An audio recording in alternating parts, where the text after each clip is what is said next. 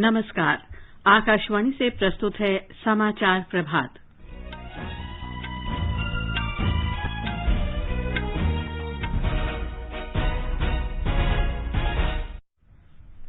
बिहार में राष्ट्रीय जनतांत्रिक गठबंधन ने सत्ता बरकरार रखी, पूर्ण बहुमत के साथ 125 सीटें जीती। भाजपा ने 11 राज्यों की 58 विधानसभा सीटों के उपचुनावों में भारी सफलता हासिल की। पार्टी ने मध्य प्रदेश में 28 में से 19 सीटें जीती। प्रधानमंत्री नरेंद्र मोदी ने विकास के पक्ष में निर्णायक जनमत देने के लिए मतदाताओं का आभार व्यक्त किया। प्रधानमंत्री आज ओडिशा के कटक में आयकर अपीलीय अधिकरण के अत्याधुनिक परिसर का उद्घाटन करेंगे। आर्मीनिया और अजरबैजान ने रूस की मध्यस्थता में शांति समझौते पर हस्ताक्षर किए। रूस ने नागोर्नो और काराबाख में युद्ध विराम लागू करने के लिए सेना भेजी। और आईपीएल क्रिकेट में मुंबई इंडियंस ने दिल्ली कैपिटल्स को 5 विकेट से हराकर रिकॉर्ड 5वीं बार खिताब जीता।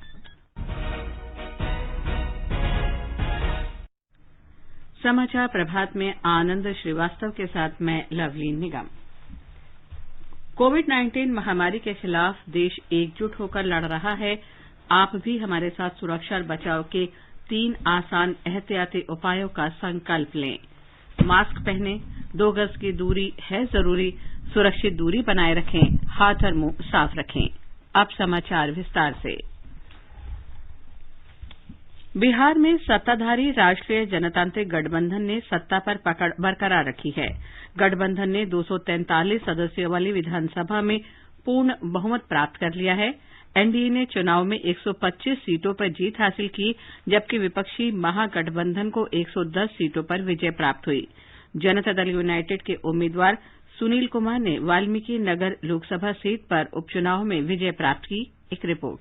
बिहार में भाजपा एनडीए की सबसे बड़ी पार्टी बनी, जबकि आरजेडी, कांग्रेस और जेडीयू की सीटें 2015 में हुए विधानसभा चुनाव के मुकाबले घटी। 1995 के बाद राज्य में वाम दलों का सबसे अच्छा प्रदर्शन रहा। महागठबंधन में शामिल सीपीआई, सीपीएम और सीपीआई-एमएल को 29 सीटों में से 16 पर सफलता मिली। असदुद्दीन ओवैसी की पार्टी एआईएमआईएम इस बार 5 सीटें जीतकर दमदार उपस्थिति दर्ज कराई। चुनाव लड़ रहे 23 मंत्रियों में 14 ने जीती जंग और 9 ने सीट गंवाई। 66 उम्मीदवार पहली बार चुनाव जीतकर आए। एलजेपी को हालांकि 1 सीट मिली, लेकिन उसने 42 सीटों को नुकसान पहुंचाया। एलजेपी उम्मीदवार के चुनाव मैदान में होने के कारण सबसे अधिक जेडीयू को 36, वीआईपी को 4, हम और भाजपा को 1-1 सीट का नुकसान उठाना पड़ा। उपेंद्र कुशवाहा की पार्टी आरएलएसपी को 104 सीटों में 1 पर भी सफलता नहीं मिली। आकाशवाणी समाचार के लिए पटना से कृष्ण कुमार लाल। भारतीय जनता पार्टी ने 11 राज्यों में विधानसभा की 58 सीटों के उपचुनाव में भारी सफलता हासिल की है। पार्टी ने मध्य प्रदेश में विधानसभा के 28 सीटों के उपचुनाव में 19 सीटें जीती हैं। 9 सीटों पर कांग्रेस के उम्मीदवार विजयी रहे हैं। 2018 के विधानसभा चुनाव में इन सीटों में से 27 सीटें कांग्रेस के पास थी। राज्य में उपचुनाव के नतीजे कई कारणों से महत्वपूर्ण हैं। इनसे विधानसभा में भारतीय जनता पार्टी के सदस्यों की संख्या 107 से बढ़कर 126 हो गई है। ब्यौरा हमारे संवाददाता से।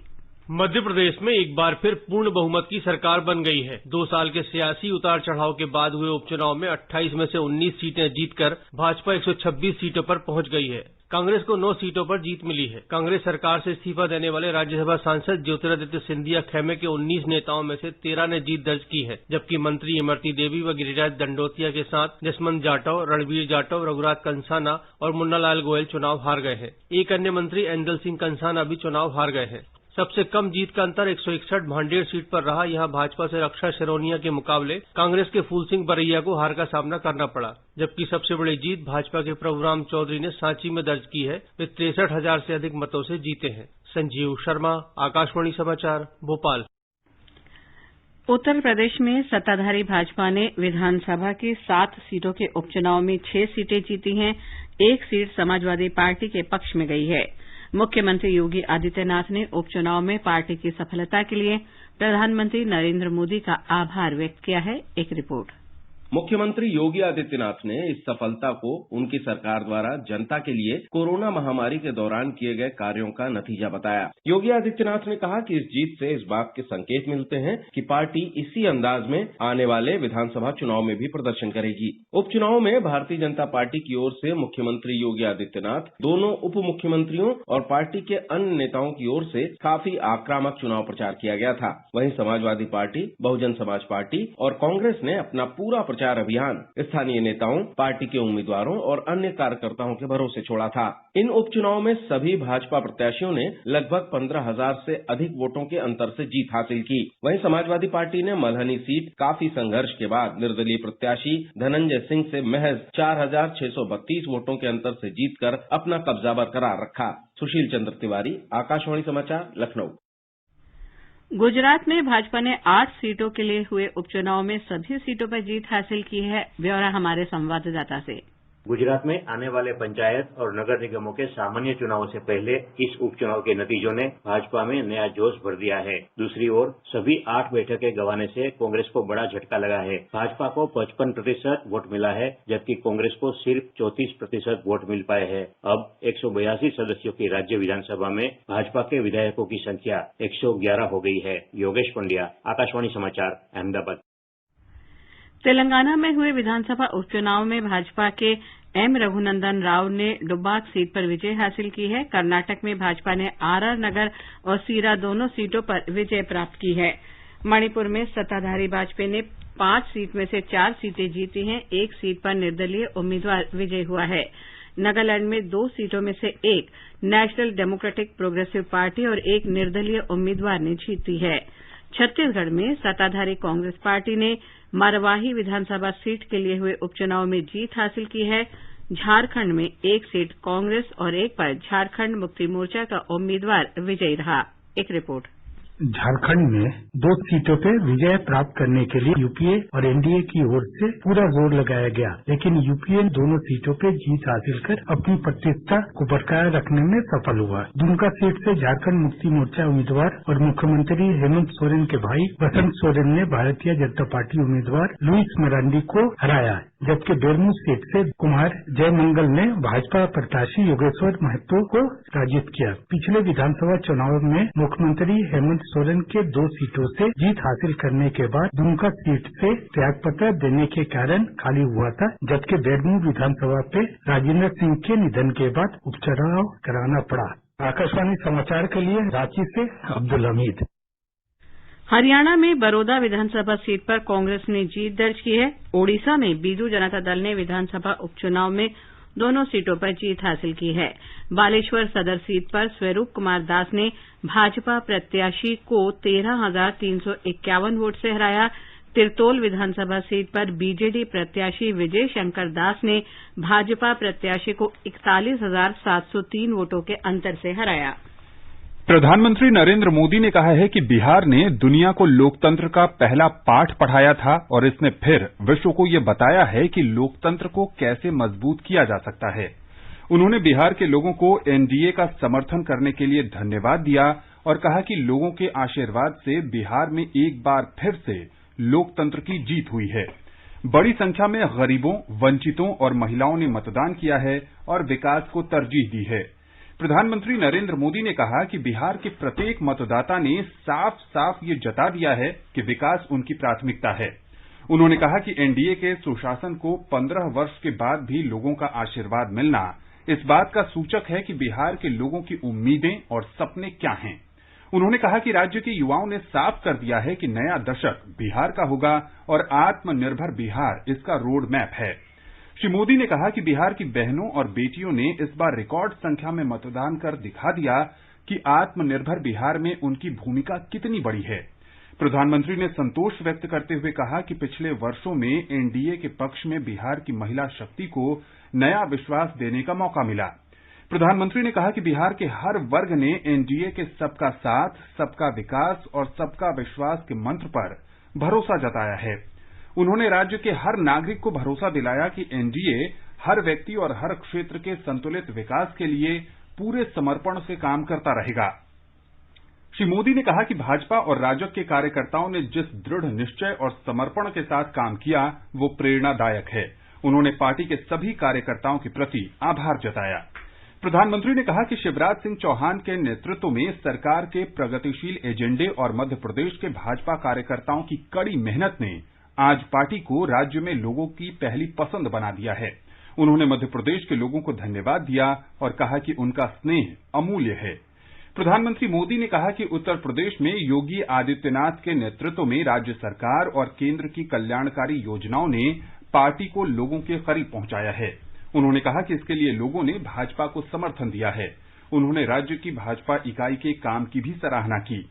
श्री मोदी ने कहा कि भाजपा और गुजरात की जनता का बंधन अटूट है और राज्य की 8 सीटों का भाजपा को मिलना इस भागीदारी को फिर से स्पष्ट करता है। प्रधानमंत्री ने गुजरात के नागरिकों को समर्थन के लिए धन्यवाद दिया और विजय रूपाणी के नेतृत्व में राज्य सरकार की सराहना की। प्रधानमंत्री ने तेलंगाना भाजपा को समर्थन देने के लिए डुब्बाक के मतदाताओं को धन्यवाद दिया। उन्होंने कहा कि इस ऐतिहासिक जीत से हमें राज्य की जनता की सेवा करने के लिए और ताकत मिलेगी। प्रधानमंत्री ने कहा कि कर्नाटक में भाजपा की जीत का विशेष महत्व है। इससे राज्य के लोगों का केंद्र सरकार के सुधार कार्यक्रम और बीएस येदियुरप्पा के नेतृत्व में राज्य सरकार पर अटूट विश्वास की भी पुष्टि होती है। प्रधानमंत्री ने भाजपा के विकास एजेंडे में फिर से विश्वास जताने पर मणिपुर के मतदाताओं का भी आभार व्यक्त किया। उन्होंने कहा कि इस वजह से एन बीरेन सिंह के नेतृत्व वाली राज्य सरकार को लोगों की उम्मीदें पूरी करने में और मदद मिलेगी। गृहमंत्री अमित शाह ने भी बिहार में एक बार फिर विकास, प्रगति और सुशासन चुनने के लिए राज्य की जनता का आभार जताया। वरिष्ठ भाजपा नेता और बिहार विधानसभा चुनाव प्रभारी देवेंद्र फडणवीस ने चुनाव में एनडीए की जोरदार जीत के लिए बिहार के लोगों का आभार व्यक्त किया है। उन्होंने कहा कि इसका सारा श्रेय प्रधानमंत्री नरेंद्र मोदी के गरीब कल्याण एजेंडे को जाता है। उन्होंने कहा कि बिहार की जनता ने मुख्यमंत्री नीतीश कुमार पर पूरा भरोसा जताया है। उन्होंने कहा कि पार्टी ने इस बार 67% सीटें जीती हैं, जबकि पिछले बार ये आंकड़ा केवल 34% था। अन्य राज्यों में हुए उपचुनाव में पार्टी की सफलता पर फडणवीस ने कहा कि बिहार की ही तरह देश भर में प्रधानमंत्री नरेंद्र मोदी के प्रति विश्वास की लहर चल रही है। केंद्र सरकार ने कहा है कि देश में कोविड से ठीक होने वालों की संख्या 79 लाख को पार कर गई है, जो विश्व में सर्वाधिक है। स्वास्थ्य सचिव राजेश भूषण ने बताया कि भारत में प्रति 10 लाख आबादी पर कोरोना संक्रमित लोगों की संख्या 6,225 है, जबकि वैश्विक औसत 6,439 है। उन्होंने कहा कि पिछले 7 दिन के दौरान देश में प्रति 10 लाख आबादी पर 235 नए मामले सामने आए, जबकि वैश्विक औसत 482 का था। अभी भी हम विश्व में सबसे कम केस पर मिलियन वाले देशों में से एक हैं। केस पर मिलियन पॉपुलेशन अब 6,225 है, जबकि विश्व का जो औसत है वो 6,400 केस प्रति मिलियन है और अनेक देश ऐसे हैं जहां ये 30,000 तक भी है प्रति मिलियन। स्वास्थ्य सचिव ने कहा कि देश में कोविड से मरने वालों की संख्या प्रति 10 लाख आबादी पर सिर्फ 92 है, जो विश्व के अन्य देशों की तुलना में काफी कम है। भारत में ये 92 मृत्यु हैं प्रति मिलियन पॉपुलेशन की। विश्व का जो एवरेज है वो 160 डेथ है प्रति मिलियन। विश्व में अनेक देश ऐसे हैं जहां नई सर्ज देखी जा रही है नंबर्स में और मृत्यु में, जबकि भारत में अभी तक सबके सम्मिलित प्रयासों से ये नंबर नियंत्रण में है। जो एक्टिव केसेस हैं देश में अब वो केवल 6% रह गए हैं और जो रिकवरी रेट है वो 92% से अधिक हो गया है। श्री भूषण ने बताया कि अब तक 12 करोड़ कोविड नमूनों की जांच हो चुकी है। हमने लगभग 12 करोड़ टेस्ट कंडक्ट कर लिए हैं और पिछले सप्ताह जो टेस्ट हुए अगर उनका औसत देखें तो प्रतिदिन हमने 11,18,000 से ज्यादा टेस्ट किए। जो पॉजिटिविटी रेट है वो अभी भी घट रहा है और अब वो घटकर 7.18% हो गया है। स्वास्थ्य मंत्रालय ने कहा है कि 106 दिनों के बाद पहली बार देश में कोरोना के उपचाराधीन संक्रमितों की संख्या में गिरावट आई है और ये 5 लाख से नीचे चली गई है। मंत्रालय ने कहा है कि दुनिया के बहुत से देशों में इस महामारी के मरीजों की संख्या में बढ़ोतरी को देखते हुए भारत में उसमें कमी आ रही है, जो महत्वपूर्ण है। मंत्रालय ने कहा कि केंद्र सरकार की ओर से अनवरत, चरणबद्ध और योजनाबद्ध रणनीति बनाए जाने और राज्यों तथा केंद्र शासित प्रदेशों में उन्हें सक्रियता से लागू करने के कारण ये उपलब्धि हासिल हुई है। साथ ही डॉक्टरों और अन्य सभी कोरोना योद्धाओं की समर्पित और निस्वार्थ सेवा से भी इस उपलब्धि को हासिल करना संभव हो सका है। कर्नाटक के विभिन्न अस्पतालों में कोरोना के 31,063 मरीजों का उपचार चल रहा है। उनमें से 869 को गहन चिकित्सा कक्ष में रखा गया है। राज्य में कल कोविड के 2,362 नए संक्रमितों का पता चला। इसके साथ ही वहां इस महामारी से पीड़ित लोगों की संख्या 8,51,212 पहुंच गई है। वहीं कल 4,215 मरीज स्वस्थ हुए। राज्य में कोरोना से स्वस्थ होने वालों की कुल संख्या 8,08,700 तक पहुंच गई है। तमिलनाडु में कोविड के मरीजों की संख्या में मामूली गिरावट आई है। राज्य में 18,709 मरीजों का उपचार चल रहा है। राज्य में कल 2,146 व्यक्तियों में कोरोना की पुष्टि हुई, जबकि 2,237 लोग स्वस्थ हुए। एक रिपोर्ट।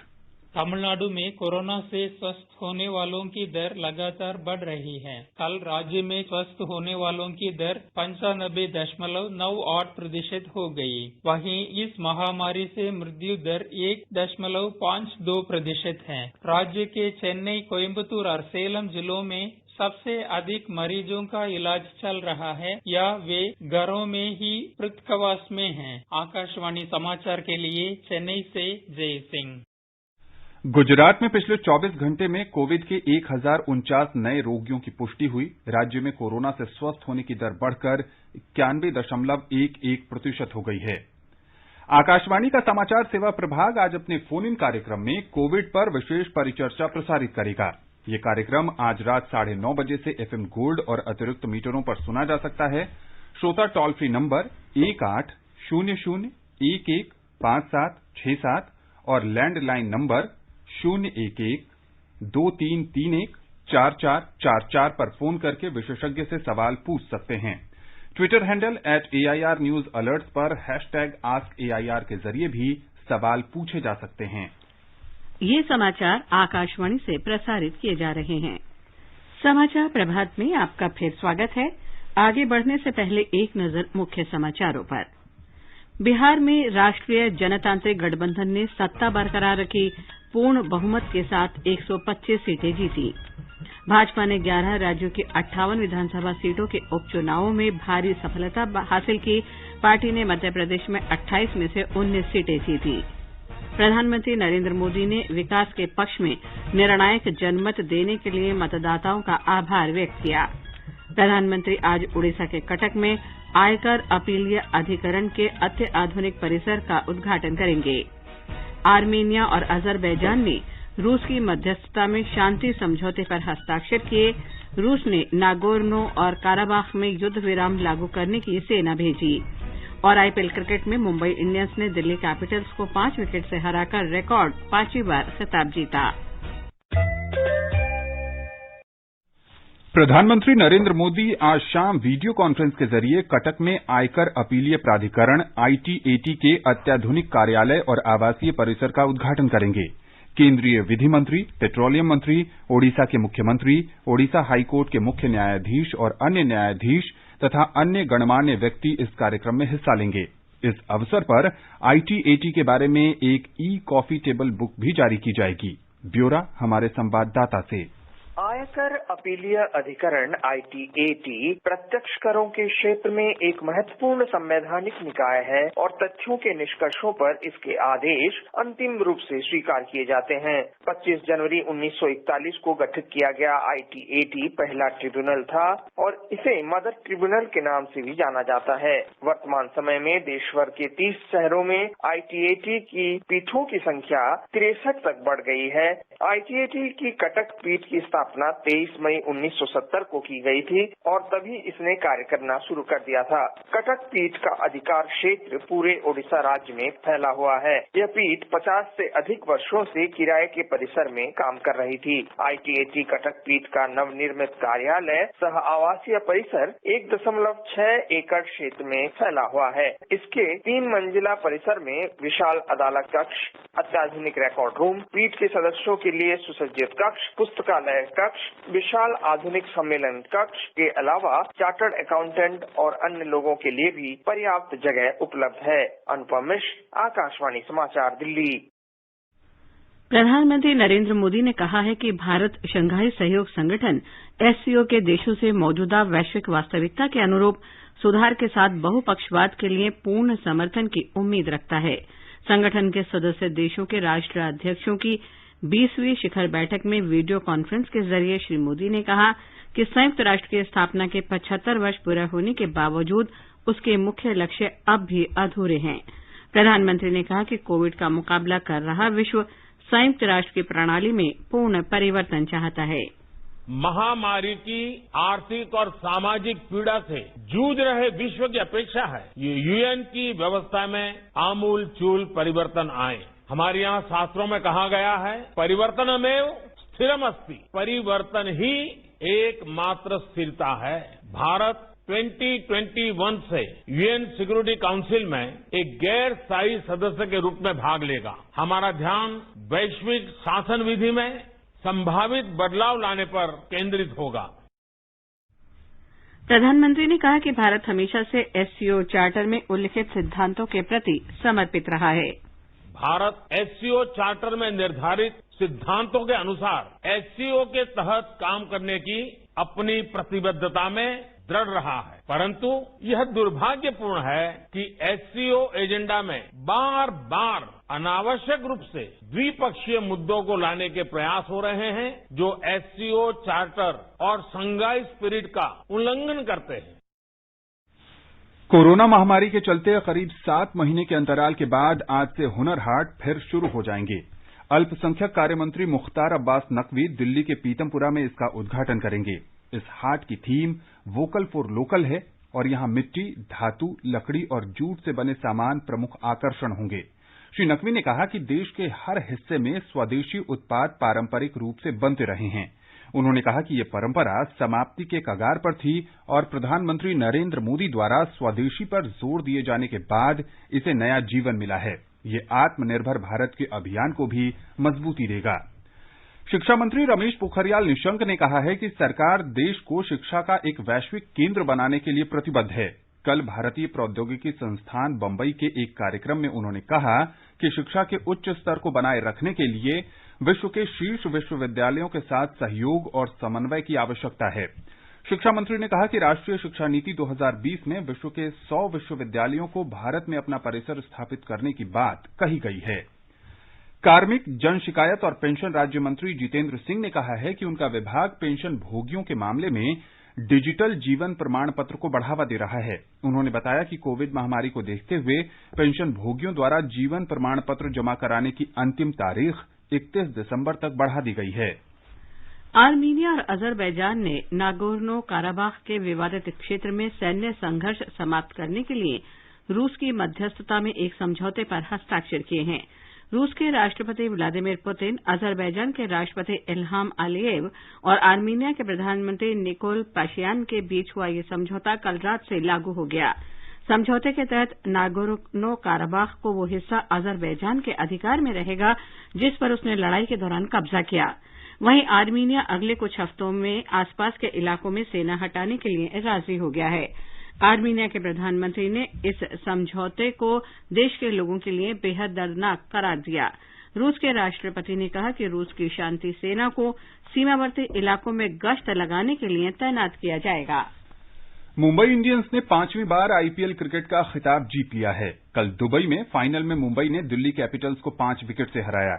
इसके साथ ही मुंबई आईपीएल के 13 साल के इतिहास में सबसे अधिक बार खिताब जीतने वाली टीम बन गई है। इस जीत में कप्तान रोहित शर्मा की 68 रन की शानदार पारी का अहम योगदान रहा। वहीं player of the match Trent Boult ने 30 रन देकर 3 विकेट लिए। मुंबई ने 157 रन का लक्ष्य 19वें ओवर में हासिल कर लिया। इससे पहले ऋषभ पंत और कप्तान श्रेयस अय्यर के अर्धशतकों की बदौलत दिल्ली ने 156 रन बनाए थे। राष्ट्रीय हरित अधिकरण एनजीटी ने राष्ट्रीय राजधानी क्षेत्र दिल्ली में 30 नवंबर तक पटाखों की बिक्री और जलाने पर पूरी तरह प्रतिबंध लगा दिया है। एनजीटी ने कहा है कि ये प्रतिबंध उन सभी शहरों और कस्बों में लागू होगा जहां वायु की गुणवत्ता बेहद खराब श्रेणी में है। हालांकि एनजीटी ने उन शहरों और कस्बों में पर्यावरण अनुकूल पटाखों की बिक्री और जलाने की अनुमति दी है, जहां वायु की गुणवत्ता मध्यम या उससे नीचे दर्ज की जा रही है। ये समाचार हमारी वेबसाइट newsonair.com/hindi पर भी उपलब्ध हैं। आकाशवाणी का समाचार सेवा प्रभाग आपके लिए लेकर आता है एम्प्लॉयमेंट न्यूज। सूचना और प्रसारण मंत्रालय के प्रकाशन विभाग के सहयोग से प्रसारित इस कार्यक्रम में खाली पदों, प्रशिक्षण कार्यक्रमों, दाखिला सूचना और परिणामों के बारे में जानकारी के साथ ही विशेषज्ञों की राय प्रसारित की जाती है। इसे आप रोजाना शाम 4:20 पे FM गोल्ड और अतिरिक्त मीटरों और हमारे YouTube channel AIR news official पर भी सुन सकते हैं। हिंदी में रोजगार समाचारों के लिए सुने हमारा कार्यक्रम परिक्रमा प्रतिदिन शाम 4:30 बजे। और आनंद, अब बताएं आज के समाचार पत्रों की सुर्खियों में क्या खास है।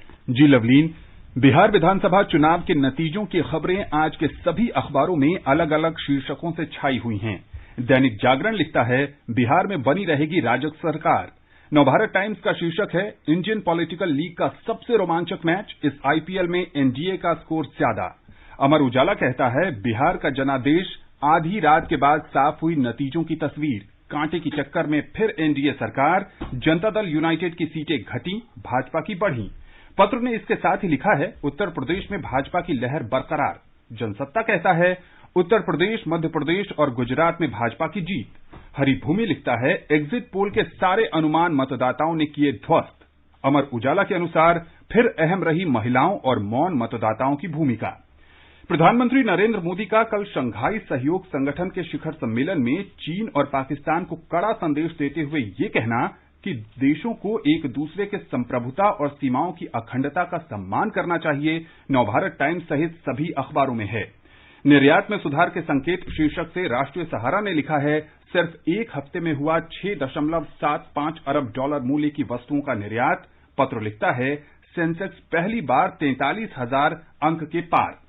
महाराष्ट्र के मोस्ट वांटेड आतंकी दाऊद की संपत्ति नीलाम होने की खबरें अमर उजाला में प्रमुखता से है। पत्र ने लिखा है, 25 साल लगे मुंबई की संपत्ति नीलामी में। दिल्ली एनसीआर में वायु गुणवत्ता आपात श्रेणी के नजदीक पहुंचने की खबर को राष्ट्रीय सहारा ने सचित्र देते हुए लिखा है, दिल्ली में वायु गुणवत्ता सूचकांक 500 के आसपास दर्ज किया गया।